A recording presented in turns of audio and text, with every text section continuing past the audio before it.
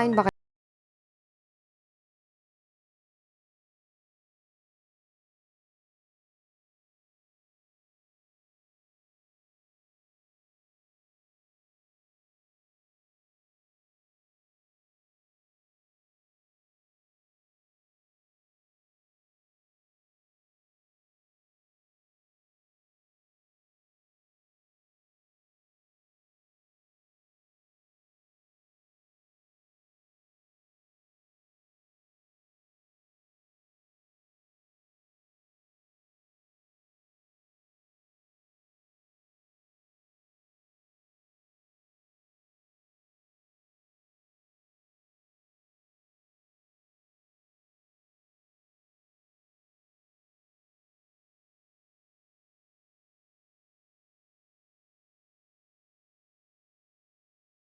Napadaanan ko talaga siya sa gripo. Hinuhugasan ko talaga siya ng maraming beses kasi ang bituka, 'di ba diyan napupunta yung ating mga kinain na hindi kailangan ng ating katawan. So diyan napupunta. At bago natin ilabas doon sa ating katawan, diyan siya nai-stack, diyan siya dumadaan. Kaya kailangan natin hugasan ng mabuti.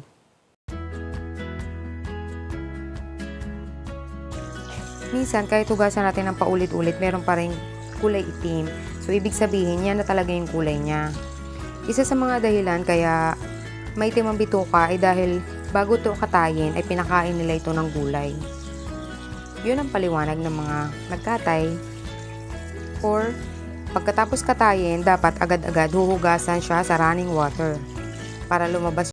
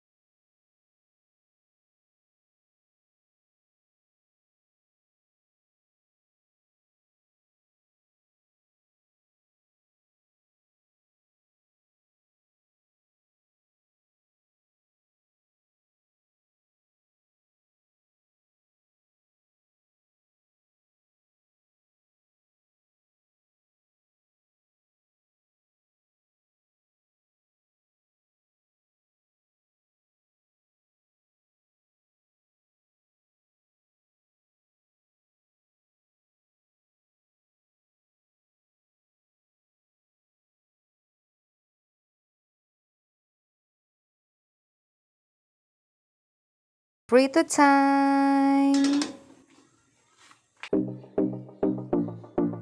Ang mantikang gamit ko rito ay yung mga nabibili lang natin sa palengke, yung ordinaryong mantika lang.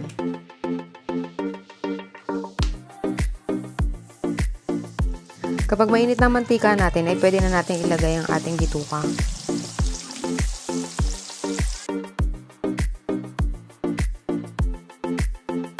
Susubukan ko lutuin ito sa air fryer. First time kong mag-chicharon gamit ang air fryer. Titingnan natin kung alin ang mas masarap or mas malutong.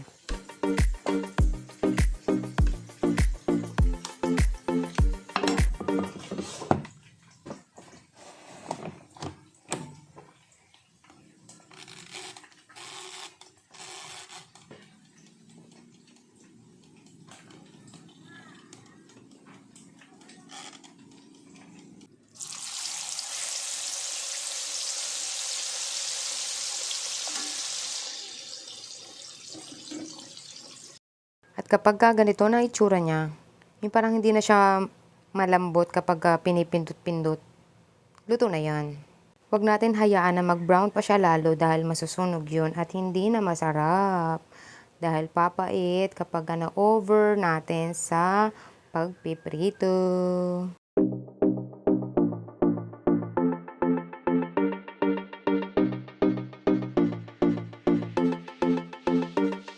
Ganito na ang itsura niya.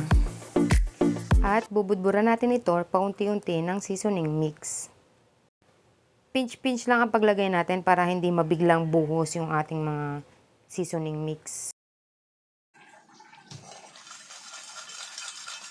Uy, narinig nyo? Malutong yan pag ganyan ang tunog.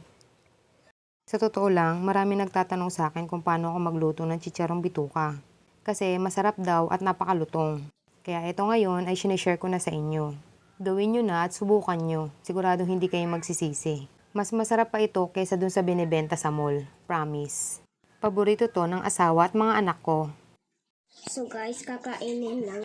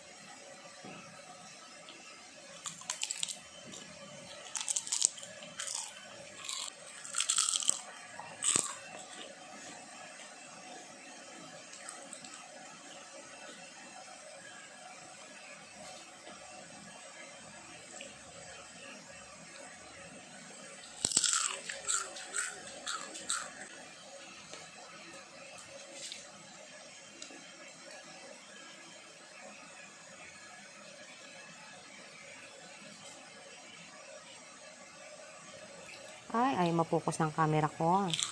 Bala ka dyan.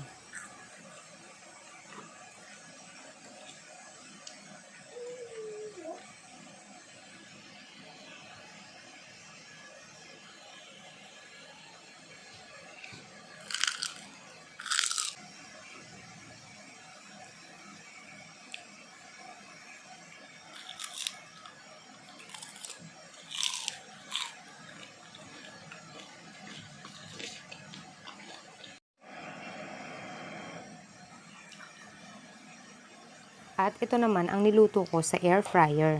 Sa lasa, parehas naman sila ng lasa. Parehas malutong. Sa air fryer, hindi ka matatalsikan ng mantika habang nagpiprito kasi may takip. Matagal nga lang. Kumpara sa mantika, pag nagprito ka, matatalsikan ka ng mantika, magpuputukan, pero mas mabilis siya maluto. Kung hindi ka naman nagmamadali, sa air fryer na lang.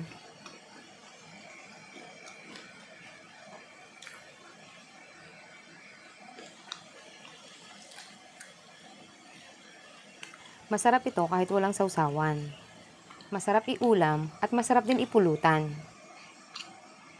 Pero hindi ako manginginom